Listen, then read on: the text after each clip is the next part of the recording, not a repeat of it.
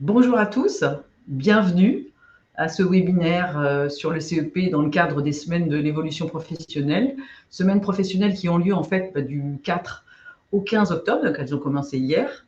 Ce que je vous propose, c'est que nous allons passer 1 heure ensemble sur la thématique en fait du CEP.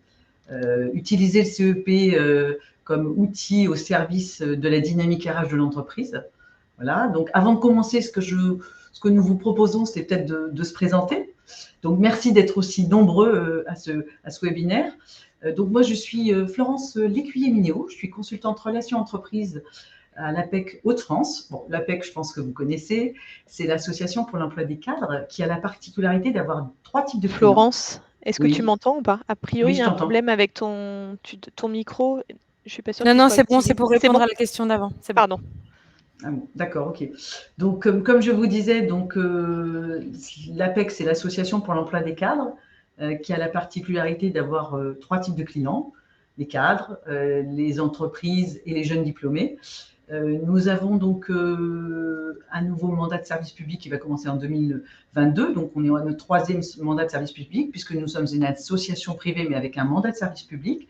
Et nous avons comme pour mission d'accompagner l'évolution professionnelle à la fois des cadres et des jeunes diplômés pour sécuriser durablement leur parcours, d'aider les entreprises à la réussite de leur recrutement de cadres et plus particulièrement, je dirais, les TPE-PME pour leur apporter à la fois des outils, de la méthodologie, pour les aider à la fois à diffuser leurs offres, à recruter, à bien définir leurs besoins et mettre en adéquation des profils que nous accompagnons. Voilà. Nous sommes, 3e mission, c'est aussi nous sommes observatoire du marché de l'emploi cadre. Donc ça veut dire quoi? Ça veut dire qu'on sort à peu près une 60aine d'études par an que vous pouvez retrouver sur APEC Corporate, qui vous permet d'avoir un éclairage marché, de vous parler aussi des mutations du travail, d'avoir des analyses à la fois nationales et territoriales. Voilà donc un petit peu l'APEC. Donc ce que je vous propose, c'est de peut-être passer la parole à ma collègue pour lui laisser le soin aussi de se présenter, puisque nous sommes 2 aujourd'hui. Alors Marie? bonjour à tous. Moi, je suis Marie Dumoulin. Je suis consultante en relations entreprises sur les Hauts-de-France également. Je vais passer 1 heure en fait à assister Florence en tant que modérateur.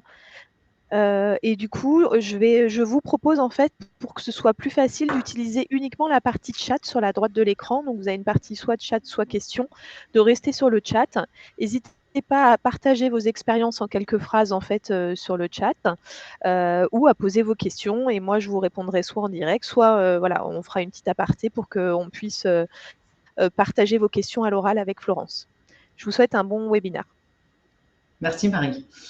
Donc voilà, on va replanter un petit peu le décor, c'est-à-dire dans le cadre, comme je vous disais, ces 2 semaines de l'évolution professionnelle. En fait, nous avons des opérateurs du conseil en évolution professionnelle que vous voyez la cité, qui ont en fait tout simplement, je dirais, qui se sont réunis pour organiser cet événement digital à 100%, gratuit, accessible à tous. Donc, vous voyez, ces opérateurs, il y a entre autres le réseau EVA, Groupe Évolution, BGE, donc Guyane et Antea RH Corse, et puis nous, l'APEC, pour vous proposer des webinaires, plus d'une centaine d'ailleurs, à thématique sur, entre autres, l'évolution professionnelle. Voilà. Donc, on va passer très vite puisqu'on s'est déjà présenté sur qui nous sommes. Nous allons rentrer plutôt dans le vif du sujet et nous allons en fait à travers ce webinaire, espérons vous apporter un éclairage sur le CEP, donc le Conseil en évolution professionnelle, un outil au service de la dynamique RH de l'entreprise, donc un outil assez nouveau, puisqu'il date de la réforme, on va le voir, de la réforme de la formation professionnelle. Donc, c'est quoi son origine? Et on voit bien que c'est un nouvel outil à la main du salarié. Pourquoi? Pour qui? Comment l'utiliser? Quel est son lien avec l'entretien professionnel? Quel bénéfice pour l'entreprise? Et surtout aussi, quel bénéfice pour le salarié? Donc voilà, on va essayer en 1 heure de vous apporter ces éléments de réponse. Et surtout, comme vous le disait Marie, n'hésitez pas à peut-être poser des questions ou à partager vos expériences si vous avez déjà utilisé le CEP au sein de vos entreprises pour qu'on puisse les relayer. Voilà. Donc, du coup, on va repartir d'abord du contexte légal, c'est-à-dire pourquoi le CEP.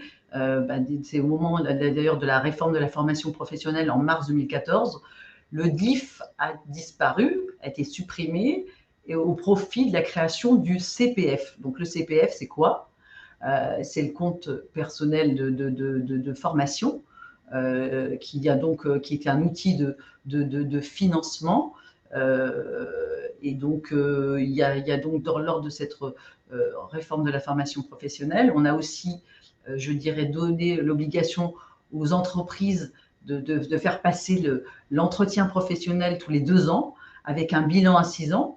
Donc ça, c'est important. Et on a donc instauré le Conseil en évolution professionnelle, donc ce fameux CEP, qui est donc à la main. Donc c'est une réforme de la formation assez innovante, dans la mesure où elle met en place 3 nouveaux dispositifs, dont 2 à la main du salarié. D'accord ? Et ce qui est important aussi de voir, c'est que dans ce cadre de cette réforme de la formation professionnelle, l'entreprise a un devoir d'informer les collaborateurs sur le CEP lors de l'entretien professionnel. Voilà.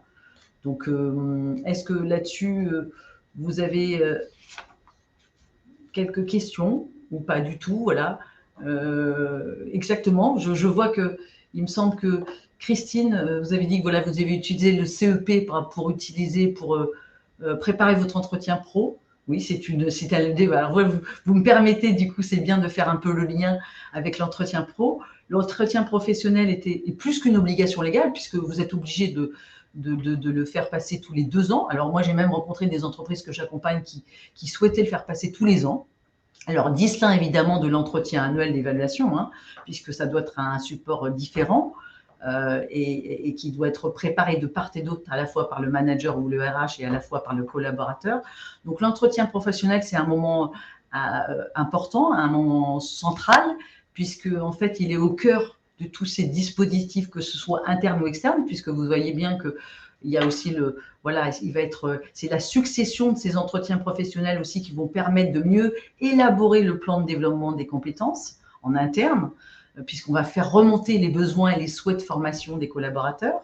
Et puis, au cœur des autres dispositifs, puisque à la fois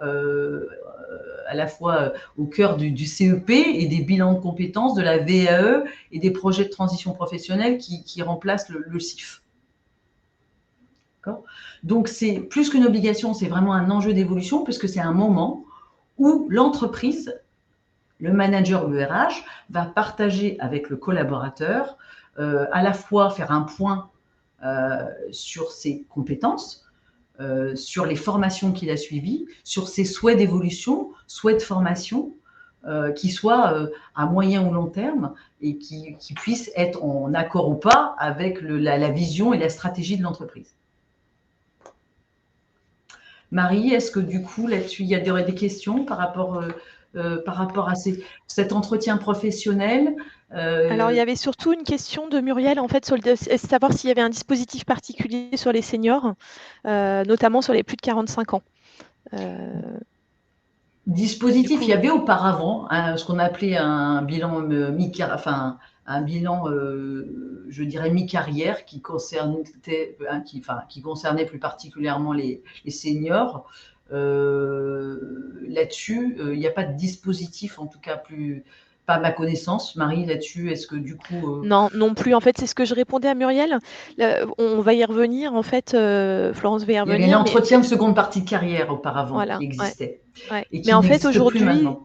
Aujourd'hui, les opérateurs, ils sont plus par catégorie professionnelle ou situation professionnelle, on va dire, de la personne, du demandeur d'emploi ou du salarié, plus qu'il n'y a pas de segmentation par âge. Non, tout à fait. Mais vous avez raison de faire allusion aux seniors, puisqu'il y avait autrefois un entretien de seconde partie de carrière, mais qui n'existe plus. Et donc, l'entretien professionnel est obligatoire, alors que l'entretien annuel d'évaluation ne l'est pas. Il y a vraiment une différence entre les deux. C'est que l'entretien annuel d'évaluation, vous êtes beaucoup plus axé sur un bilan de l'année écoulée avec des objectifs pour l'année suivante. Et là, ça émane à la fois de l'entreprise et du manager. Et alors que sur l'entretien professionnel, on est plus axé sur l'évolution, le développement des compétences, développer l'employabilité du collaborateur pour rendre au service à la fois soit de l'entreprise ou soit de l'écosystème, puisque c'est pour rendre aussi les entreprises beaucoup plus compétitives et beaucoup plus, je dirais, agiles aussi, puisqu'on va faire monter toutes les personnes en compétences, en qualification on va développer les compétences des collaborateurs à travers des qualifications, des certifications. Alors j'ai une question, Flo. Oui. Il y a Corinne qui nous met: nous avons des salariés qui ne souhaitent pas faire de formation. Comment faire pour que l'employeur remplisse son obligation de maintien dans l'emploi? Ah, c'est une très bonne question, Corinne. C'est vrai que vous avez tout à fait. Il y a tout à fait. Alors, comment faire? Alors, c'est vrai qu'il faut beaucoup communiquer sur l'intérêt de la formation, parce que quand même, cette réforme de la formation professionnelle souhaite que les collaborateurs se forment tout au long de sa vie, puisqu'on est quand même dans un environnement de plus en plus bougeant. On sait très bien que le poste qu'on occupe à l'instant T sera peut-être différent à l'instant T plus 1 en raison de la digitalisation des métiers, à la raison des métiers qui évoluent aussi. Donc, nous, on l'a vu à l'APEC, hein. On a vu des cadres arriver auprès des consultants qui accompagnent sur le conseil en évolution professionnelle, qui n'ont pas eu de formation tout au long de leur vie, et du coup, difficile, n'ont pas développé l'employabilité, difficile de se retrouver sur le marché de l'emploi quand c'est le cas. Donc, c'est là où tout l'intérêt, je dirais, de cette réforme de la formation, c'est de développer cette employabilité. Donc, j'entends ce que vous dites là-dessus. Comment peut-on faire? Je pense qu'il faut montrer l'intérêt, surtout l'intérêt de se former tout au long par rapport même au poste qu'on occupe actuellement, puisque sans parler de poste qui va disparaître, le poste va évoluer, puisqu'on est dans un environnement quand même de plus en plus concurrentiel et il faut s'adapter. Est-ce que Marie, tu as des choses à rajouter par rapport à ça? Alors moi, je rajouterais, alors c'est vrai que tout ce qui est formation obligatoire, donc du coup, c'est une obligation de l'employeur pour maintenir le salarié dans son emploi. Donc là, il faut, dans ces cas-là, convoquer le collaborateur, puisque c'est une condition sine qua non pour occuper le poste. En revanche, sur l'obligation de formation à 6 ans, après, c'est peut-être de trouver des alternatives, notamment alors sur les collaborateurs qui n'ont pas d'appétence pour la formation. Aujourd'hui, on peut trouver des petites formations des fois sur l'usage d'Internet, ou finalement avec un smartphone, on utilise tous Internet. Et si le collaborateur, vous deviez être amené à vous séparer du collaborateur pour une raison X ou Y, ça peut toujours lui servir dans sa future recherche d'emploi. Si le collaborateur ne souhaite absolument pas faire de formation, ce que j'ai tendance à dire, moi, c'est montrez bien que vous lui avez proposé des formations, vous lui faites écrire comme quoi il a refusé la formation, comme ça vous avez rempli votre obligation. Ça, c'est important, oui, tout à fait. Former. Tout à fait. Mais c'est vrai que c'est mieux de l'inciter et de là-dessus. Alors, ça dépend si vous êtes RH ou manager, mais en tout cas, c'est d'accompagner les managers là-dessus pour les inciter à faire prendre conscience à ses collaborateurs. Et je le vois d'ailleurs, Cécile a noté parler peut-être d'obsolescence des compétences aussi. C'est vrai que quand on parle même de compétences techniques, la durée de vie d'après l'OCDE d'une compétence technique dans les années 80, c'était 25 ans. À l'heure actuelle, la durée de vie d'une compétence technique est beaucoup plus courte, hein. On est plutôt à 2 ans et demi, donc voire 1 an en 2025. Donc vous avez raison, Cécile, de nous préciser ça. Donc oui, c'est important aussi de leur faire comprendre que ce que disait très justement Marie, c'est-à-dire que se former, c'est même pour être de plus en plus en adéquation avec le poste qu'on occupe même actuellement. Voilà, c'est plus ça. Si je peux juste donner un exemple, c'est vrai que souvent, la mission principale d'un poste évolue pas forcément. Si on prend par exemple une hôtesse d'accueil dans un hôtel, son métier c'est toujours d'accueillir des touristes. En revanche, on voit que par exemple sur le tourisme, il y a des choses qui ont énormément évolué, notamment les TripAdvisor, les réservations en ligne. Et finalement, si on ne forme pas notre hôtesse d'accueil dans un hôtel, elle ne va pas savoir utiliser les outils. Et finalement, là, on pourra parler d'obsolescence de compétences, quoi. Bien sûr. Et puis on est de plus en plus amené, alors peut-être moins avec le Covid, mais aussi on va demander peut-être plus de langues qu'auparavant, vous voyez, de parler pas simplement que l'anglais, de parler peut-être une autre langue. Enfin voilà. Donc ça veut dire aussi, comme on est dans un environnement de mondialisation aussi, c'est important aussi de s'adapter, que ce soit à la digitalisation, mais aussi à la mondialisation par rapport à son environnement. Donc parce que ça a un impact sur la compétitivité des entreprises, hein. Donc ça aussi, c'est important de leur faire comprendre qu'on est dans un écosystème qui évolue énormément et que du coup, on peut plus comme auparavant se dire, ben voilà, on occupe le même poste toute sa vie et même le poste qu'on occupe ne va pas évoluer, vous voyez. C'est d'où l'importance de se former, que ce soit par rapport au poste qu'on occupe, mais aussi par rapport à des évolutions dans l'entreprise. Hein, et c'est pour ça que c'est important aussi, on va le voir, d'avoir une idée de savoir quelle est la stratégie de l'entreprise pour être aussi en adéquation avec l'évolution de cette stratégie Alors, j'ai une de question développement. Oui, vas-y Marie. de Justine, en fait, sur l'obligation de formation tous les 6 ans. Est-ce que les formations internes peuvent rentrer dans l'obligation de formation? Alors, je ne sais pas si… Alors, par rapport dans le bilan à 6 ans, c'est bien ça dont vous faites en fait, allusion, puisque est-ce que les formations peuvent rentrer dans les… alors, attends, dans les… Ce qu'il y a, c'est qu'il faut qu'elles soient reconnues en AFEST, donc ouais, exactement, en action de formation en situation de travail. Et du coup, là, l'idée, c'est plutôt, voilà, j'ai l'habitude de faire des formations internes, mais pas en AFEST. Moi le mot d'ordre souvent que je conseille, c'est de donner, enfin, prendre contact avec votre OPCO pour voir comment vous pouvez valoriser au mieux vos actions de formation interne pour qu'elles soient valorisées justement en formation. Complètement, parce que ça, c'est vrai que c'est important là-dessus, parce que ça a bougé. Autant en 2014, c'était pas possible, autant là, depuis septembre 2018, et on a assoupli, je dirais. On a assoupli. Tout à fait. Donc, ok. D'accord. Donc là, du coup, pas d'autres. On va aller sur les conditions de réussite plus particulièrement. Qu'est-ce qui fait voilà, quelles sont, je dirais, les conditions de réussite pour avoir recours, ou en tout cas pour tout simplement, à votre avis, qui favorise la mise en œuvre du CEP? On l'a déjà un peu évoqué, hein, je veux dire, du coup, c'est-à-dire que c'est important, si on veut avoir recours au CEP, c'est déjà peut-être de bien communiquer, que ce soit vous les RH auprès des managers, pour lors de l'entretien professionnel d'évoquer ce que automatiquement à la fois le CEP, le CPF, la VAE, tout ça, il faut que ce soit bien clairement défini. Il faut que le projet de l'entreprise, la vision, la stratégie de l'entreprise, elle soit aussi clairement communiquée pour que les collaborateurs puissent se projeter, que ce soit dans leur poste ou dans d'autres postes. Il faut aussi que les enjeux RH soient bien priorisés, que les fiches de poste soient bien à jour, que les référentiels métiers soient accessibles, ainsi que le plan de développement des compétences.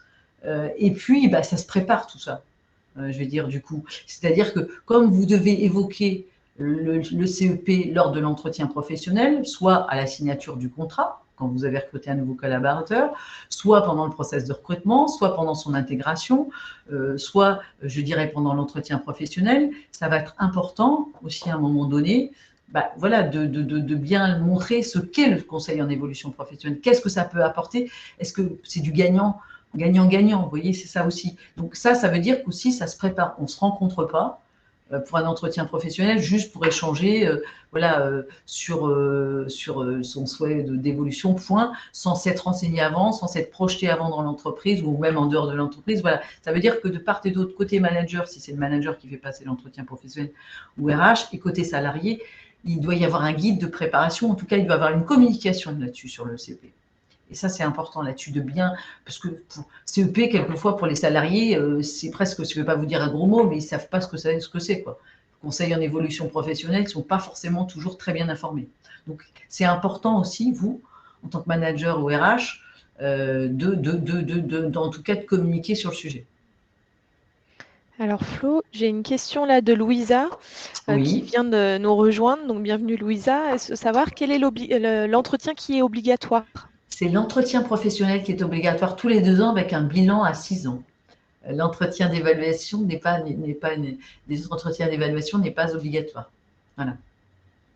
Donc l'entretien d'évaluation ou l'entretien annuel. Tout à fait, n'est pas obligatoire. Sauf pour les cadres autonomes, en fait, où il y a quand même une obligation de points annuels. Complètement. Mais sinon, c'est pas du tout. Alors que là, l'entretien, mais il faut le prendre comme une obligation. Alors c'est vrai que pour les RH, on va se dire, oh là là, encore une obligation. Non, il faut le prendre vraiment comme une véritable opportunité et le faire passer comme message à vos managers.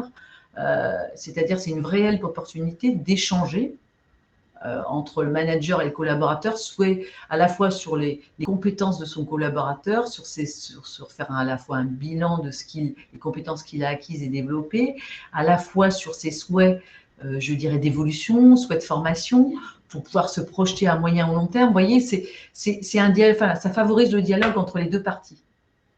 Et c'est aussi un moyen de fidéliser son collaborateur et de regagner, enfin de rebooster sa motivation. Vous voyez, ça aussi, ça me semble important voilà, de le préciser. Proposez-vous un support d'entretien professionnel? C'est ce que du coup je vois d'après Corinne. Alors, nous, voilà, on a des ateliers, hein, je veux dire, on a des web ateliers, des ateliers en tout cas sur les entretiens professionnels. Donc oui, on propose, mais on dit qu'il faut l'adapter par rapport au secteur d'activité, la culture de l'entreprise. Et puis ensuite, vous avez les OPCO aussi, qui vous proposent aussi il y a différents supports là-dessus, différents, je dirais, partenaires qui peuvent vous aider à construire votre support d'entretien professionnel. Autre chose à rajouter, Marie, là-dessus? Sur le support d'entretien Sur l'entretien pro, souvent, les sujets, c'est plutôt de reprendre un petit peu quels sont les souhaits en termes d'évolution professionnelle et de formation. Donc, on est plus sur une stratégie à moyen terme. Comment le collaborateur se projette et vers quoi, en fait, il a une appétence en termes de formation, tout en l'informant. Alors, c'est là où c'est pas toujours évident. L'idée, c'est quand même d'avoir une vision un peu précise de la stratégie de l'entreprise et des futures compétences dont vous allez avoir besoin pour aider aussi le collaborateur à se projeter, soit dans l'entreprise, soit, si c'est pas possible dans l'entreprise, c'est à l'extérieur de l'entreprise. Et de vous aider même, j'ai envie de dire, à un moment donné, à partir du moment où vous avez une vision, en tout cas vous êtes en capacité de communiquer aux salariés la vision ou la stratégie de l'entreprise à moyen et long terme, et des besoins en compétences de demain, c'est aussi de favoriser le lien entre la stratégie de l'entreprise et les aspirations et potentiels de vos collaborateurs. Et tout ça peut être mis en œuvre avec un outil de financement tel que le CPF, et pour du coup presque initier une démarche de GPE. Alors, de GEPP. Du coup, j'ai un peu de mal encore parce que je suis là, GPEC, donc la gestion des emplois et des parcours professionnels, vous voyez. Donc, ça aussi, ça vous permet de peut-être commencer, d'amorcer cette démarche-là.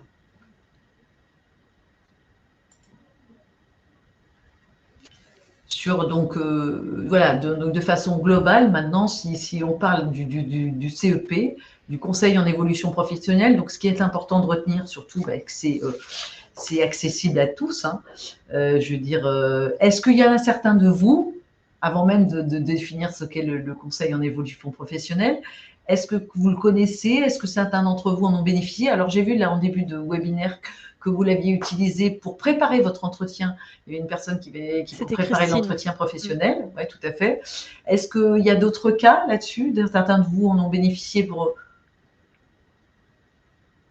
Alors que vous en ayez bénéficié, vous, ou orienter des collaborateurs également? Tout à fait, exactement. Tac, tac, tac. Alors, nous voulons faire un CEP avec la PEC. Une présentation à nos salariés. Ok. D'accord. Alors, Corinne qui témoigne, qui dit qu'ils ont fait une présentation du CEP en fait à leurs salariés avec la PEC. Ça va un peu vite, du coup je vois plus tout.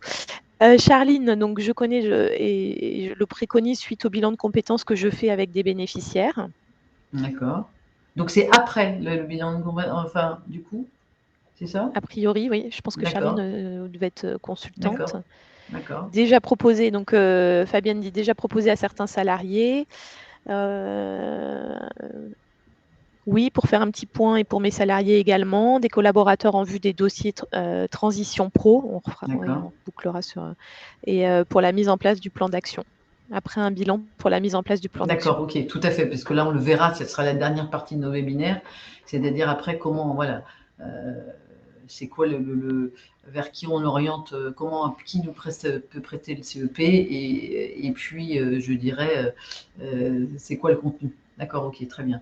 Donc merci pour en tout cas ces témoignages. Donc le CEP, donc c'est vraiment le conseil en évolution professionnelle qui est gratuit, hein, surtout ça c'est important, qui est confidentiel parce que il n'y a pas forcément là, il n'y a pas de retour au RH ou au manager, hein, donc c'est assez neutre, accessible, impartial. Vous verrez qu'en fait, on le verra par la suite, les différents acteurs du CEP. Vous verrez que l'APEC, voilà, c'est bien pour ça qu'on est là aujourd'hui, est acteur du CEP. Donc, le CEP, il a pour mission de favoriser, on sait bien, l'évolution, on l'a bien dit, l'évolution des compétences, le développement des compétences et la sécurisation des parcours professionnels, hein, de chaque actif. Ça aussi, c'est important. Je vais dire donc, du coup. Alors, maintenant, ce qui va être important de voir, donc, important aussi de préciser que vous pouvez aller sur le site mon-cep.org, qui vous permet, je dirais, d'avoir plus d'informations vers qui s'orienter aussi, ça c'est important. Pourquoi et comment on va promouvoir le CEP auprès des collaborateurs? Alors là, on a vu dans les témoignages qu'il y avait déjà des interventions faites auprès des salariés pour promouvoir, donc l'APEC était intervenue apparemment pour promouvoir le CEP auprès des salariés. Du coup, est-ce que vous avez eu des, voilà, une fois que vous l'avez promu au sein de l'entreprise, quels ont été, est-ce que vous avez eu des retours ou pas du tout? Comment ça s'est passé là-dessus? Est-ce que du coup, voilà, on peut avoir un peu de vos témoignages?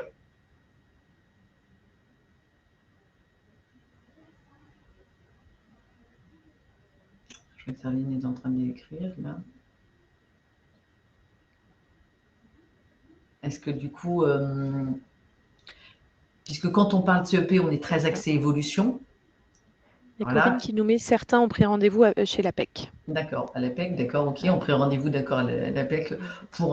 Alors, est-ce que du coup, Corinne, vous saviez pourquoi ils ont pris rendez-vous à l'APEC? Est-ce qu'ils avaient, c'était pour travailler leur projet professionnel, peut-être un souhait de formation, ou est-ce que c'était carrément une reconversion? Est-ce que vous avez déjà une idée, ou vous avez parlé, ou pas du tout, puisqu'ils sont venus vous voir avant, ou non?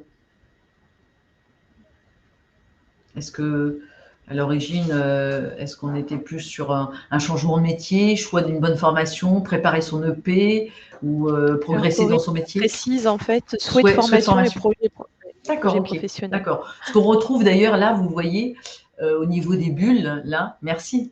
Hein, c'est renseigné sur l'évolution, d'accord.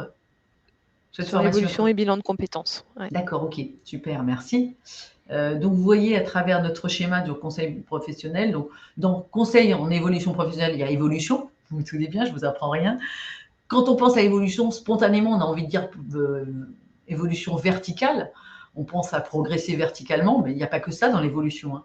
Dans l'évolution, qui dit évolution, ça peut être approfondissement, acquisition de nouvelles compétences, ça peut être une évolution fonctionnelle, ça peut être développement, élargissement de son périmètre d'action, ça peut être développement de compétences complémentaires, devenir peut-être tuteur, faire du mentorat, enfin voilà, il peut y avoir d'autres choses. Ça peut être un changement de métier, ça peut être un changement de statut, ça peut être, voilà, ça peut être différentes choses. Voilà, donc c'est important d'en avoir bien conscience et de se dire, voilà, quand on est dans du conseil en évolution professionnelle, c'est pas forcément pour de la promotion, enfin, ça peut être pour la promotion interne, mais c'est pas forcément de la promotion verticale. Vous voyez, ça peut être vraiment sur d'autres évolutions, mais ce qui est important, c'est de développer ses compétences et surtout de développer son employabilité et surtout monter en compétences via la formation pour surtout vous permettre, entreprise, à la fois d'attirer des candidats, parce que ça aussi, ça peut être par rapport à votre marque employeur, mais ça peut être aussi d'essayer de fidéliser vos collaborateurs, parce que c'est aussi, je dirais, important à l'heure actuelle. On sait que les entreprises rencontrent des difficultés à recruter, mais aussi c'est important d'essayer de fidéliser ses collaborateurs. D'accord ? Un autre sur un diplôme, c'est ça, un projet professionnel et un diplôme qu'il voulait préparer. Projet personnel. D'accord, donc là c'était plutôt une reconversion du coup. Voilà, puisque vous le voyez bien dans la bulle, dans le conseil en évolution professionnelle, on peut soit faire un point sur son avenir pro, soit développer de nouvelles compétences, soit vouloir évoluer au sein de l'entreprise, soit vouloir progresser dans son métier, soit vouloir lancer peut-être une nouvelle activité ou bien préparer son entretien professionnel, voire même changer de métier, choisir une formation qui vous permette d'évoluer. Voilà, ça ouvre tout un champ possible. Et c'est ça qui est intéressant. C'est de se dire, à un moment donné, on peut vouloir faire un point, de se dire, ben voilà, comment on peut, à partir des compétences qu'on a acquises et développées, des formations qu'on a déjà suivies, comment on peut continuer à évoluer. Alors, on a Charline qui nous met un petit message en bilan de compétences. Je reçois pas mal de salariés qui ne trouvent plus de sens dans leur travail, qui veulent se reconvertir ou travailler dans des entreprises plus en adéquation avec des valeurs environnementales, par exemple. Donc, tout à fait, Charline. On a vu, alors nous, à l'APEC, on l'a constaté beaucoup. Alors, nous, on est plutôt, Marie et moi, plutôt côté entreprise, mais on échange avec nos collègues qui sont des consultants de développement professionnel et ils nous ont bien, je dirais, ils ont partagé le fait que suite à cette crise sanitaire, et même pendant la crise sanitaire, puisque nous avons, nous, continué à prester nos services à distance, il y avait beaucoup de gens qui se posaient de questions, en tout cas nous pour la partie des cadres, statut cadre, et qui souhaitaient, qui en profitaient pour réfléchir à une reconversion et pour essayer de trouver plus de sens et plus d'utilité dans leur travail. Donc voilà, ils faisaient appel à nos consultants là-dessus pour travailler, je dirais, dans nos référents consultants, même, je dirais, formation, pour travailler sur un nouveau projet de formation pour une reconversion. Tout à fait. Alors j'ai une remarque très juste de Justine qui dit que c'est souvent difficile quand on est RH dans une PME de préconiser le CEP parce que c'est toujours un peu tabou de parler reconversion professionnelle et elle ne maîtrise pas toujours les discours des managers et du coup c'est vrai que c'est toujours un petit peu compliqué en fait parce qu'on peut avoir peur aussi de perdre des compétences on va dire internes à l'entreprise. Donc, alors, je ne sais pas ce que tu en penses, Flou, enfin, je te laisse répondre d'ailleurs. Disons que, oui, vous avez complètement, je trouve que votre remarque est tout à fait pertinente, Justine, puisque c'est vrai que ça paraît difficile, je dirais, d'informer les collaborateurs sur le CEP en se disant, s'ils veulent se former ou s'ils veulent se reconvertir, ça veut dire qu'ils vont vouloir aller à l'extérieur. Mais je pense que ça, c'est un sujet, entre guillemets, qui n'est plus tabou, c'est-à-dire qu'on pense toujours au départ que l'herbe est plus verte ailleurs. Mais on sait aussi que c'est important de tenir compte des aspirations de ses collaborateurs, parce que plus un collaborateur est motivé et engagé, plus il est performant dans son poste. Donc ça, c'est déjà une chose importante. Et si demain, il a vraiment envie de se reconvertir, je pense qu'au contraire, c'est bien de pouvoir l'accompagner. On doit penser en priorité à la mobilité interne, mais aussi penser à de la mobilité externe. Autant l'accompagner dans les meilleures conditions, vous voyez. Moi, j'ajouterais en fait que vous avez un devoir d'information sur l'existence du CEP, donc du Conseil en évolution professionnelle, parce que ça fait partie avec la VAE et le CPF des choses qui doivent être exposées lors de l'entretien professionnel. Après, c'est vrai que moi, j'ai tendance à le présenter systématiquement en rendez-vous avec les RH. À vous de juger à quel moment en fait vous pouvez vous en servir. C'est un peu dans la boîte à outils et notamment, je reboucle sur une expérience que j'ai pu vivre. En fait, lors d'un entretien professionnel, il y avait un directeur commercial qui avait exprimé son souhait de faire un MBA. Moi, j'avais présenté peu de temps avant à la RH en fait le CEP. Du coup, elle l'a mis en contact avec l'APEC. Il a monté en fait, il a travaillé sur ses objectifs. Pourquoi il voulait faire un MBA? C'était quelqu'un qui avait un bac+2. Il voulait en fait avoir une valorisation de son expérience en bac+5, mais il n'avait pas forcément envie de se lancer dans un dossier de VAE parce que c'est assez contraignant et des fois la modalité convient pas forcément. Donc, il a travaillé avec le consultant APEC sur le souhait en fait de faire un MBA. Et puis bon, après il y avait une problématique de coût pédagogique, donc il a trouvé un master qui lui convenait. Ils ont regardé comment le financer. Il est revenu en fait vers les RH en disant voilà, j'ai trouvé aujourd'hui, est-ce que vous seriez OK pour m'accompagner en me libérant un vendredi tous les 15 jours? Donc, ils ont trouvé un accord ensemble.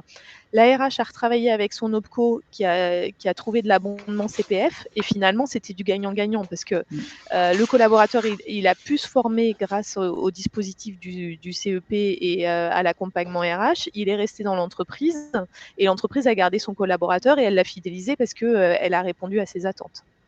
Complètement. Donc, c'est vraiment là-dessus un bon exemple de fidélisation. Mais je comprends votre remarque tout à l'heure parce que du coup, vous, RH, vous êtes convaincu de l'utilité du CEP et vous allez tout faire pour communiquer. Après, c'est la difficulté, et moi je le vois quand on a fait des interventions je dirais, alors soit auprès des salariés, soit auprès des managers, c'est plus auprès des managers là-dessus, il y a une difficulté. C'est-à-dire qu'il va falloir convaincre et bien communiquer auprès des managers pour leur faire comprendre l'utilité, je dirais, du CEP.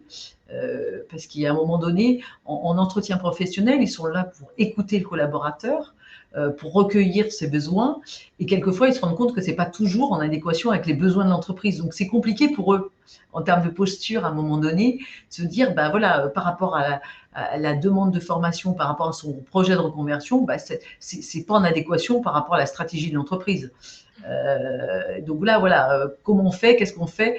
Et c'est pour ça que là, il faut une bonne communication, et c'est ça qui est important, entre les RH et les managers pour du coup, qu'ils sachent que, voilà, eux, ce ne sont pas les experts, c'est plutôt vous qui il faut relayer l'information auprès de vous, les RH, qui, ensuite, allez préconiser d'aller rencontrer les acteurs ou les opérateurs du conseil en évolution professionnelle. Vous voyez, c'est ça qui n'est pas toujours facile de mettre en place en entreprise, parce que les managers peuvent être assez réticents par rapport à donner cette information en se disant mais si c'est pour du moyen long terme, c'est pas forcément pour fidéliser le collaborateur, alors que je pense que c'est du gagnant-gagnant, comme le disait très justement Marie, à moyen ou long terme.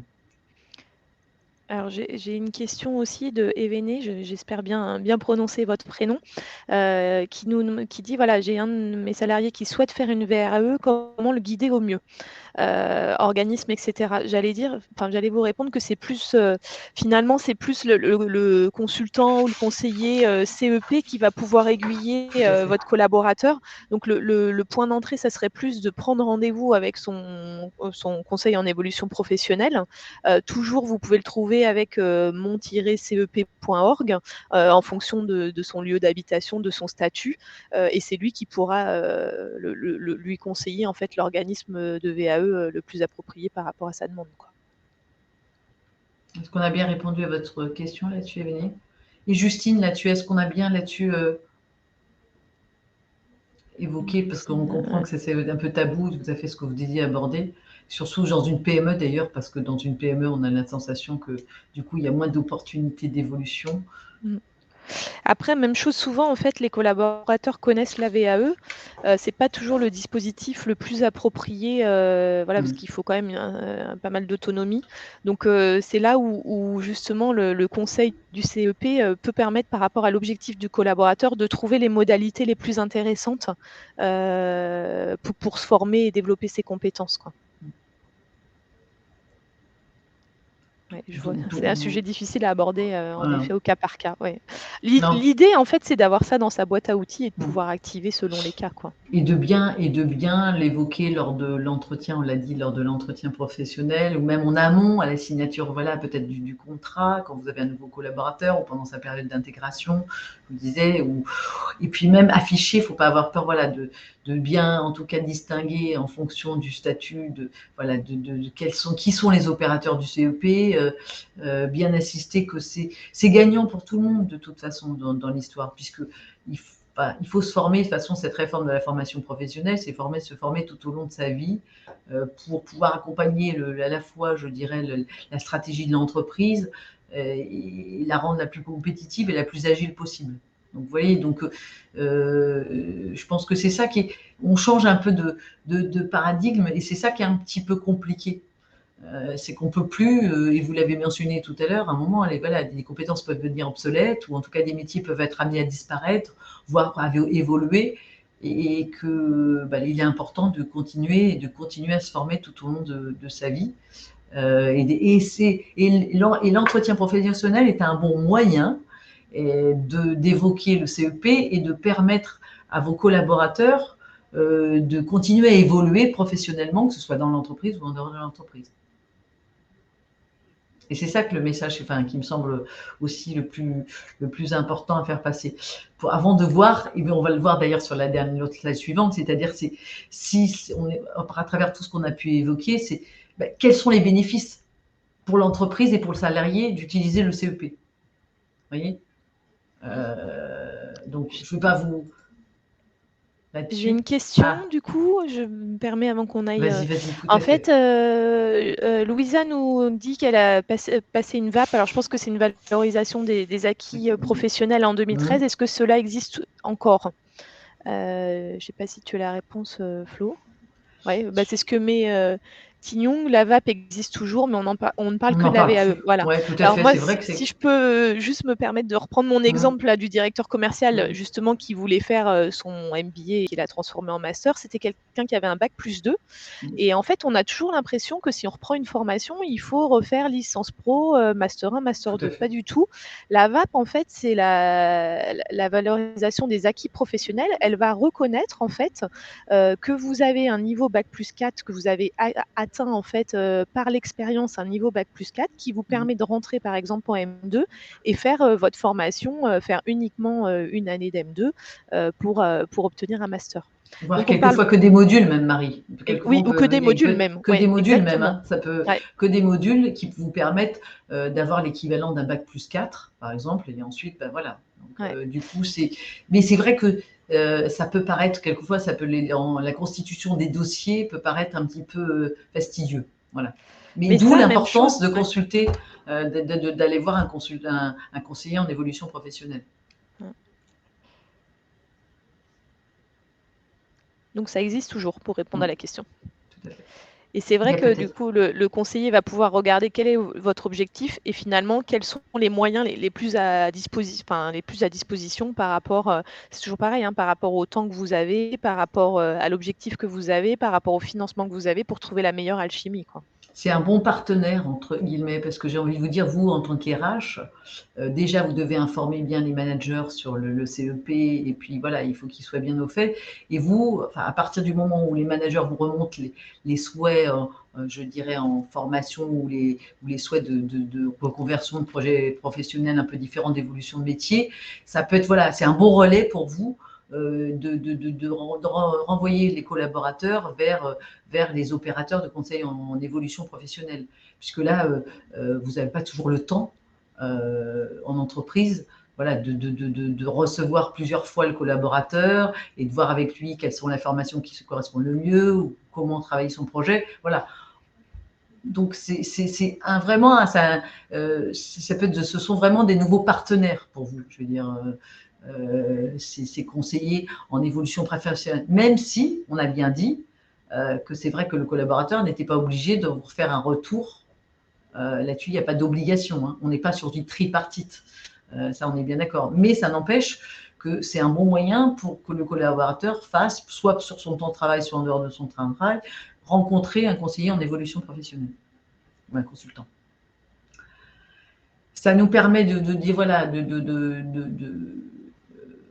voir, ben voilà, vous, en tant que ce soit RH ou manager, quels sont les bénéfices pour l'entreprise. Donc, comme on l'a vu déjà ensemble, hein, c'est que je pense que c'est un bon moyen à la fois d'être au clair sur d'avoir tous les tenants et les aboutissants sur c'est quoi la stratégie de l'entreprise à moyen ou long terme et bien de la communiquer auprès de vos collaborateurs pour qu'ils puissent se projeter à moyen ou long terme dans l'entreprise, d'être en capacité aussi de se dire quelles sont les compétences qu'on a stratégiques dans l'entreprise, celles qui sont détenues par le collaborateur et celles qu'ils doivent acquérir pour à la fois, je dirais, faire évoluer les postes et construire votre GEPP. C'est aussi un bon moyen quand vous faire passer l'entretien professionnel, le fait que ce soit régulier tous les 2 ans, voire que ça peut être tous les ans, de faire remonter les souhaits de formation et d'établir votre ancien plan de formation, c'est-à-dire votre plan de développement des compétences, qui a un vrai levier de compétitivité pour l'entreprise. Hein.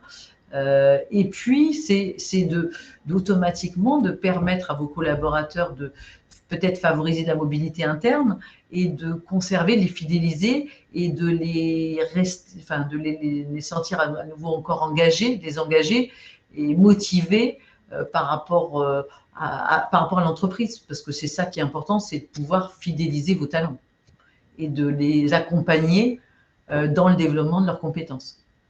Donc ça, c'est côté entreprise. Donc c'est un travail entre les RH et les managers. Hein, je veux dire, du coup, de communiquer au mieux auprès des salariés sur le CEP. Et puis pour les salariés en tant que tels, c'est un rendez-vous un peu différent du rendez-vous quand on parlait d'entretien, d'évaluation annuelle, hein, où là on est plus axé à moyen et long terme et plus axé développement des compétences, développement de l'employabilité, de faire un point sur ses missions, sur ses formations, sur ses compétences, sur sa projection à court, moyen, enfin moyen ou long terme, sur les formations qu'on souhaiterait, pour favoriser, c'est un peu plus ascendant, puisque ça vient de la part du collaborateur, d'exprimer ses souhaits. Donc voilà, et de favoriser le dialogue donc c'est une vraie opportunité d'échanger différemment entre le manager et le collaborateur. C'est ça qui me semble aussi important pour être plus axé plutôt que résultat, plus axé développement de compétences et employabilité. Est-ce que vous avez des choses à nous partager là-dessus? Est-ce que c'est ce que vous ressentez, vous, en entreprise? Même si on est tout à fait conscient que c'est un sujet qui est difficile, qui n'est pas toujours simple à aborder.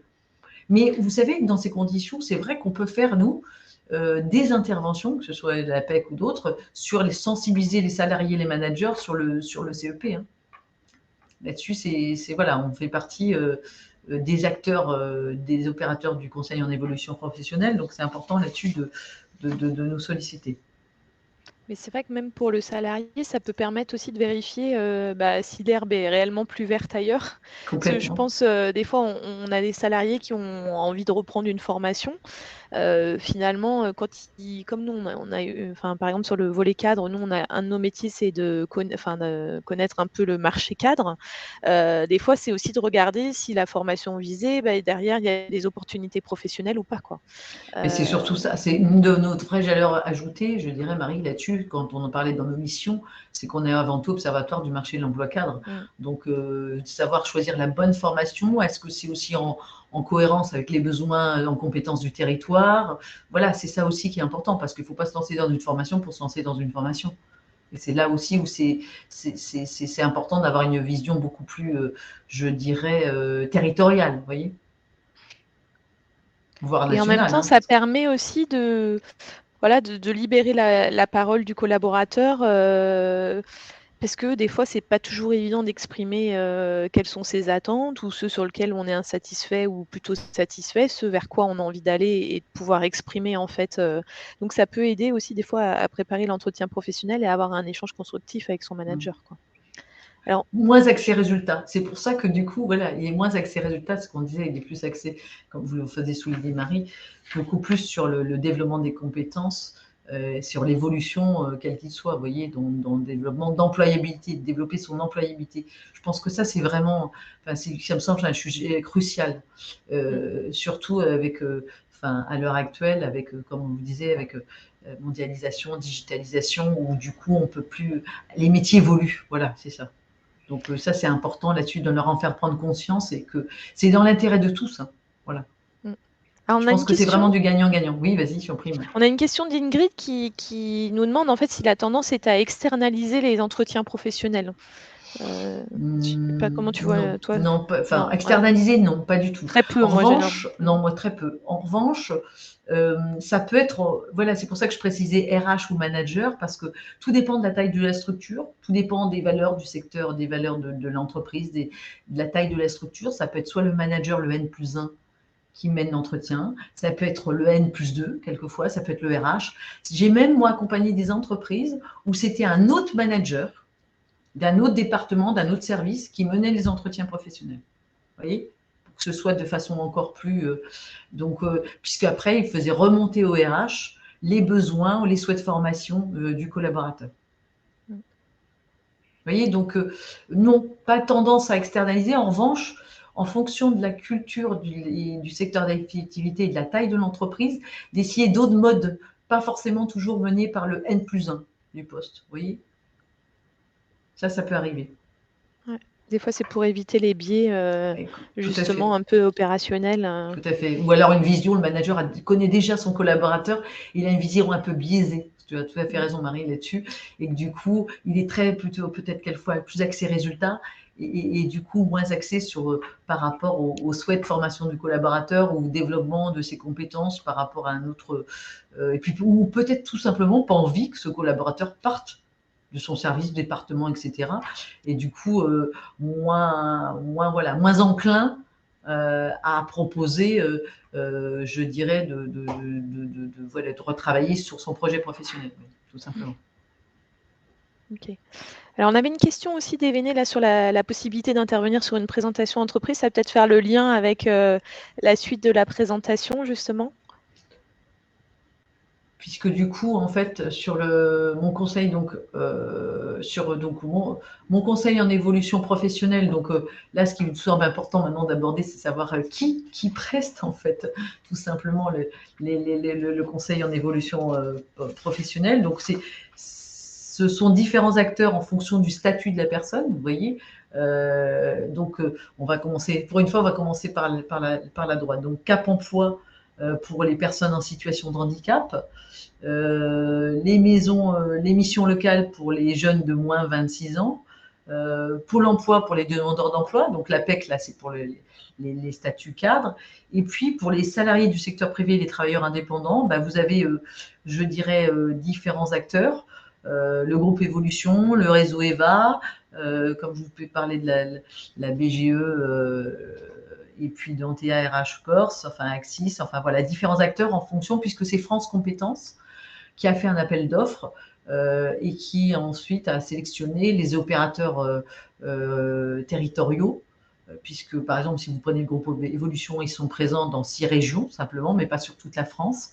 Voilà, donc du coup, là, on vous conseille d'aller sur le site moncep.org pour avoir accès, j'irai tout simplement savoir à qui vous devez vous adresser pour prester le conseil en évolution professionnelle, en fonction du statut de la personne. Alors, on a une question aussi qui est intéressante de Claire. Oui. Quelle est la différence entre le bilan de compétences et le CEP?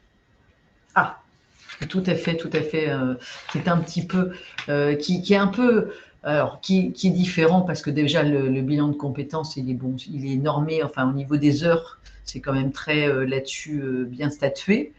Le CEP l'est beaucoup moins et beaucoup plus, c'est beaucoup plus large entre guillemets. Enfin, si large, c'est-à-dire large sans être large. C'est-à-dire que dans le CEP, on peut à la fois travailler sur le projet professionnel, mais aussi avoir une autre demande beaucoup plus courte. Vous voyez, c'est beaucoup plus. D'abord, c'est accessible le CEP à tous. C'est ça aussi qui est important. Un service de droit commun, c'est ça qu'il faut retenir en fait. Et puis, c'est un bilan de compétences, c'est que vous allez travailler sur votre projet professionnel pour élaborer un projet professionnel sous 24, enfin voilà, il y a un nombre d'heures bien limité, avec un coût, etc. Enfin, voilà, et c'est presté soit par des cabinets, soit par des opérateurs, enfin voilà, mais c'est bien normé, hein, j'ai envie de vous dire. Alors que le CEP, dans le cadre du CEP, du Conseil en évolution professionnelle, il y a différents, je dirais, thématiques qu'on peut aborder. Comme je vous le disais, ça peut être juste un souhait de formation, avoir une vision marché des formations qui existent sur votre territoire, faire juste un point sur les compétences que vous avez acquises et développées, préparer votre entretien professionnel. Donc, vous voyez, les objectifs sont différents. Et après, il y a aussi le fait que le CEP, c'est donc du coup, comme on disait, c'est un service de droit commun, donc c'est souvent une porte d'entrée universelle, quel que soit votre statut. En fait, à partir du moment où vous rentrez sur le marché du travail, que vous soyez demandeur d'emploi ou salarié ou indépendant, vous pouvez pousser la porte d'un CEP qui pourra vous préconiser un bilan de compétences. Mais c'est vrai que le bilan de compétences, c'est une prestation qui est plus large et c'est une prestation marchande. En plus, tout à fait, elle est marchande, mais et en plus, je pense que quelquefois, on va facilement vers un bilan de compétences quand on est un peu perdu, alors que peut-être, si vous passez par le biais du conseil en évolution professionnelle, votre demande, elle est peut-être différente de votre besoin. Et c'est là où l'intérêt de consulter un conseiller ou un consultant en évolution professionnelle pour qu'il essaie de bien diagnostiquer votre besoin et pas votre demande, vous voyez. Alors, on a Charline qui réagit et qui dit finalement il y a une concurrence entre les deux. Est-ce qu'il y a moins de bilan de compétences depuis l'arrivée du CEP? Alors, moi je trouve pas qu'il y ait concurrence parce que finalement, et d'ailleurs je ne sais plus qui en a parlé. Le CEP il peut arriver soit en amont, soit en aval justement du bilan de compétences et du coup en fonction de l'objectif qu'on va avoir, quoi. Après, j'ai pas les chiffres particuliers. Moi, j'ai pas les chiffres, savoir si ça a baissé, s'il y a eu en termes de volume beaucoup moins de bilans de compétences. Je pense pas, parce que, comme le disait très justement Marie, suite à un rendez-vous, plusieurs rendez-vous avec un consultant ou un conseiller en évolution professionnelle, on peut être amené à faire un bilan de compétences. Vous voyez, je veux dire, c'est pas, on va pas tout résoudre. Enfin voilà, ça va dépendre du besoin du salarié, du demandeur d'emploi ou Et de de la l'indépendant. problématique. Voilà, Ouais. tout à fait. Donc du coup, ça peut très bien aboutir sur un bilan de compétences. Pour moi, il n'y a pas de concurrence. Et puis parce que le public est beaucoup plus large aussi. Enfin, on peut être aussi amené je dirais, à consulter un conseiller en évolution professionnelle, très bien, et de plus en plus, d'ailleurs, on s'en rend compte, hein, nous on le voit à l'APEC, c'est que vous avez des jeunes qui se posent, après avoir même fini leurs études, qui se posent presque des questions quand ils commencent sur le marché professionnel, et ils n'ont pas besoin d'un bilan de compétences à ce moment-là, vous voyez, qui se posent des questions, que ce soit par l'utilité des études qu'ils ont fait, ou par rapport au premier stage qu'ils ont fait, ou par rapport à leur première expérience professionnelle. Et là, ça ne mériterait pas de faire un bilan de compétences, vous voyez, non plus. Donc on a Émilie qui dit, en fonction aussi, si elle met si un salarié connaît son projet, il vaut mieux aller vers un CEP. S'il est dans le flou, l'orienter vers un bilan de compétences. J'allais dire que finalement, la clé d'entrée, moi je dirais, c'est le CEP. Et après, s'il y a besoin les CEP, ils sont là aussi pour, s'il y a besoin, s'ils sentent qu'il y a besoin de bilan de compétences et de clarifier un certain nombre de choses pour faire une cartographie des compétences et regarder et réorienter la personne. De toute manière, il est limité dans le temps, le CEP. Bien sûr, Souvent, tout c'est à fait. C'est 2-3 pour ça ce rendez-vous. que Donc, j'allais dire. Ouais, ouais, exactement. Donc, on ne peut pas faire il un est bilan de normé. Hein. compétences. On ne peut pas aller. Et là, Marie, tu me permets d'aborder. C'est-à-dire que dans un bilan de compétences, pour travailler sur le projet, il n'y a rien de mieux. Enfin, parce qu'on va aller plus loin automatiquement. Là, on est beaucoup plus. On est normé aussi sur le nombre de rendez-vous du CEP. On ne va pas passer 24 heures avec un salarié, vous voyez. Donc, du coup, c'est là où il va y avoir des relais. Et c'est tout l'intérêt d'un consultant ou d'un conseiller en évolution professionnelle. C'est d'être capable de diagnostiquer la problématique et puis après d'orienter vers d'autres prestataires s'il le faut. Vous voyez ce que je veux dire? Et que ce soit pour se renseigner auprès de formations, ou que ce soit à travers un bilan de compétences. Et c'est là, c'est un aiguillage, c'est une porte d'entrée, vous voyez, qui est intéressante. Plutôt que de faire. Et après, de réorientation, en fait, suivant la problématique, j'aime pas le terme problématique, mais suivant le projet de la personne. Quoi. Tout à fait. Alors, on a une autre question de Louisa. Peut-on avoir plusieurs fois accès au CEP? Bah oui, ah oui, oui, c'est de façon tout à fait. Il y a aucun souci là-dessus. Je veux dire, on peut largement, je dirais, sans aucun souci, pour avoir, parce qu'une fois, ça peut être tout à fait pour juste un besoin en formation. Après, ça peut être aussi préparer son entretien professionnel. Donc, bien sûr, vous pouvez, là-dessus, il n'y a pas d'accès limité, j'ai envie de dire. Du coup, en quelques mots, on va peut-être aussi, parce que je vois que le temps nous est bientôt.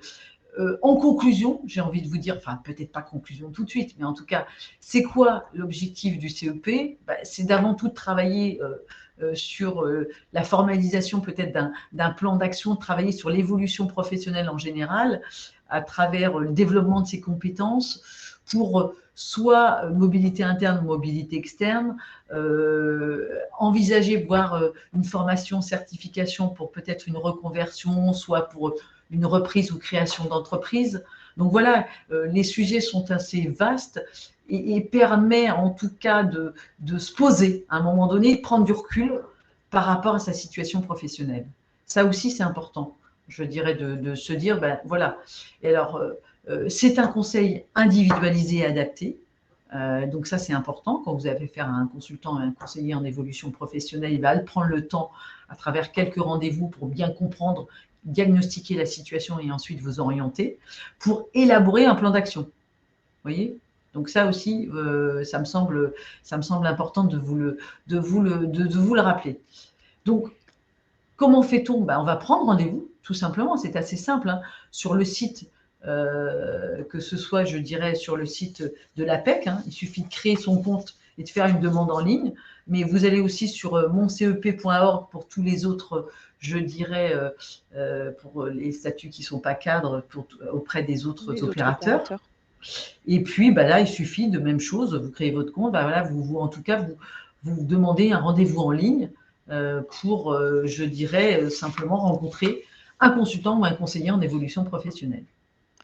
Alors, j'ai 2-3 petites questions pour finir, Flo. Bien sûr. Comment sont formés les CEP profil expérience? Ah, les consultants, quand vous me dites ça, attends, est-ce que j'ai Oui, bien compris c'est votre ça, des question? consultants en évolution professionnelle. Alors, il y a plusieurs questions en une. C'est comment sont-ils formés, c'est ça? Ouais. Non, qu'est-ce Alors que après, leur ouais, formation initiale? Là, il y a après tout c'est ça. propre à chaque structure, hein. Oui, tout à fait. Là, c'est un petit peu, enfin, ça dépend. En tout cas, nous, je sais que à l'APEC, on a toujours, c'était notre cœur de métier de travailler sur le projet. Les consultants travaillent sur le projet professionnel. Ensuite, ils ont dû se former puisqu'ils développaient cette casquette plutôt formation qu'on n'avait pas au préalable. Vous voyez, donc pour aider à faire pour en tout cas sur le diagnostic formation et sur orienter vers les formations les plus en adéquation par rapport au projet. Vous voyez. Mais Nous, il on n'y a a pas de. des consultants qui sont un peu typés aussi par rapport à des thématiques. On peut avoir des consultants qui vont avoir une étiquette plus formation professionnelle, d'autres qui vont Tout être à plus fait. sur des missions pour création, reprise d'entreprise. Mais De après, créer, c'est ouais. chaque structure, Ouais, chaque structure là-dessus, il n'y a pas de. Je pense pas là-dessus qu'il y ait il un n'y a pas de profil type. formation. Vous voyez, il n'y a pas de formation particulière sur le. Après, il y en a qui ont fait des formations de coaching, peut-être en plus, vous voyez, sur du développement personnel et professionnel, mais il y a pas de formation type où ils ont fait des formations RH. Voilà, mais c'est de façon très vague. Là, je vous réponds de façon très très vague. Là, je veux dire, du coup, il n'y a pas de. Après, c'est vraiment de la stratégie interne de chaque structure, hein. Tout à fait. On a une autre question aussi, 2-3 rendez-vous. Pourtant, on nous explique qu'il n'y a pas de limite de temps dans le cadre de l'accompagnement en CEP. Mhm. Mhm. Alors ça a quand même été défini par la loi, hein, le conseil en évolution professionnelle. Et dans l'idée, en fait, c'était d'avoir un profil type de 2 à 3 rendez-vous. Après, Pour y voilà, orienter vers d'autres prestataires après, ou voilà, en tout ouais. cas d'autres structures, oui. Il y a des cas de figure où un rendez-vous, ça va suffire, et d'autres où des fois, il en faut 4 ou 5. Voilà, on Ça arrive, va c'est une dépendre moyenne. toujours, comme dirait Paris, pas de la problématique, mais du diagnostic du consultant, Diagnostic. en fonction de si on est plutôt sur un projet de formation ou un projet de reconversion, ou si on est sur un projet d'évolution en interne ou de préparer un entretien professionnel. Vous voyez, les demandes, les besoins sont tout à fait différents. Donc c'est simplement, dès qu'on parle évolution, mais évolution au sens large, hein, développement de compétences, voilà, il faut avoir le réflexe du CEP. C'est plus, moi j'ai envie de vous dire, se dire, bah voilà, c'est un bel outil qu'on aborde à travers l'entretien professionnel, avant, après, etc., qui peut vous aider à professionnaliser vos collaborateurs, à les faire monter en compétences. Et donc, pour moi, voilà, c'est pour nous, l'APEC, c'est du gagnant-gagnant, que ce soit pour les entreprises et pour les salariés. Et après, ça peut être aussi sur des thématiques, par exemple, vous avez un collaborateur qui souhaite faire une formation, mais qui n'est pas dans votre plan de développement de compétences, qu'on est forcé de faire des arbitrages. C'est aussi lui donner l'opportunité d'aller étudier la possibilité de se former et de voir si ça peut pas être une formation hors temps de travail. Et finalement, tout le monde, Utiliser son CPF, voilà, tout à ouais, fait, tout tout le le monde y monde. gagne, enfin tout le monde est Mm, gagnant dans l'histoire. Je veux dire, ouais. exactement. C'est pour ça que c'est favoriser le dialogue en fait entre, je dirais, le collaborateur, parce qu'il faut pas non plus, il faut pas se voiler la face. Il y a un moment donné, des collaborateurs, ils peuvent être en une phase peut-être plus de démotivation ou de désengagement. Donc c'est un moyen aussi de les fidéliser, d'essayer de mieux comprendre leurs besoins, leurs aspirations et de valoriser leurs talents, tout simplement aussi. Vous voyez. Mm. On a eu plusieurs questions. Je rebondis plus pour aller vers la conclusion de ce séminaire, notamment sur le support de présentation. Alors, je ne sais pas ce qui est prévu, Florence, si le support va être envoyé ou... Non, alors pas du tout. Vous pourriez accéder, alors sous forme très bonne, enfin une question, il y aura un replay. Alors donc comme je vous disais, les semaines de l'évolution professionnelle donc, du 4 au 15, donc après le 15, il y aura un replay sur YouTube en fait donc des différents webinaires. Il ne va Ok. pas être envoyé du coup. Et on avait une C'est question accessible. aussi Oui. d'Événé sur la présentation, voilà, savoir si on pouvait intervenir en entreprise, notamment pour présenter le dispositif CEP. Bien sûr. Bien sûr, nous on le fait. En tout cas, nous, sur la partie, j'ai envie de vous dire, cadre, hein, sur les compétences. Alors, le statut cadre ne veut plus dire grand-chose, hein, c'est les compétences cadres. On le fait assez régulièrement d'intervenir au sein des entreprises. Et après, je pense que le groupe Évolution, enfin, tous les opérateurs peuvent tout à fait là-dessus intervenir au sein de vos structures. C'est toujours peut-être, c'est quelquefois plus facile de faire passer des messages par un tiers de confiance, un opérateur assez neutre, qui met en avant les atouts, je dirais, du CEP pour les salariés, bien sûr. Et alors concrètement, si vous ne connaissez pas forcément votre consultant entreprise, n'hésitez pas à vous créer un compte en fait sur l'apec.fr côté entreprise pour être appelé prochainement par un consultant lié à votre. On est organisé par territoire. Voilà, et on est présent sur toute la France. Donc vous voyez, donc et par territoire, donc vous aurez un interlocuteur, un référent, un consultant référent qui peut tout à fait intervenir au sein de votre entreprise là-dessus pour vous aider à construire. Vous pouvez d'ailleurs construire avec lui, enfin c'est en co-construction la plupart du temps, cette présentation pour le faire soit auprès des salariés, soit auprès des managers, parce que souvent en fait on fait même les deux. Vous voyez, donc pour favoriser, pour faciliter, je dirais, la bonne compréhension et la communication de ce qu'est le CEP. Alors, il y a une grille pour conclure qui dit « Abonnez-vous à la chaîne sur YouTube Semaine en évolution professionnelle ». Et vous avez déjà les replays dans la playlist. Alors, je crois que c'est les replays de l'année dernière et du coup, la mise à jour… Oui, parce que c'est à la fin de…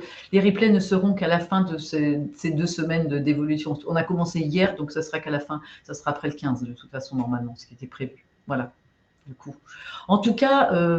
écoutez, nous, là, le temps qui nous était parti, puisqu'on avait touché à sa fin, nous voulions vous remercier, donc je laisserai aussi la parole à Marie, mais pour en tout cas votre participation, pour vos questions. J'espère qu'on a pu au mieux satisfaire vos interrogations et puis vous apporter un éclairage différent sur le conseil en évolution professionnelle. Merci à vous tous. Merci beaucoup sur toutes vos questions et vos interactions. Et on vous souhaite une belle journée. Tout à fait, une bonne fin de journée en tout cas. Merci à vous. Merci.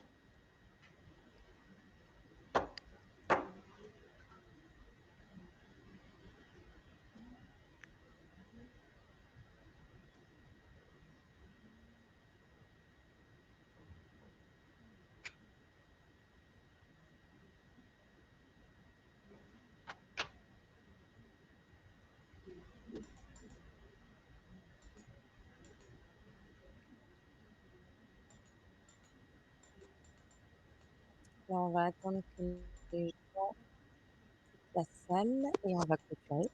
Merci à vous. Merci Juliette. Bon, il reste 2 participants, mais je vais clôturer. Du coup, le replay donc disponible comme on l'avait vu ensemble à la fin. Je vais terminer.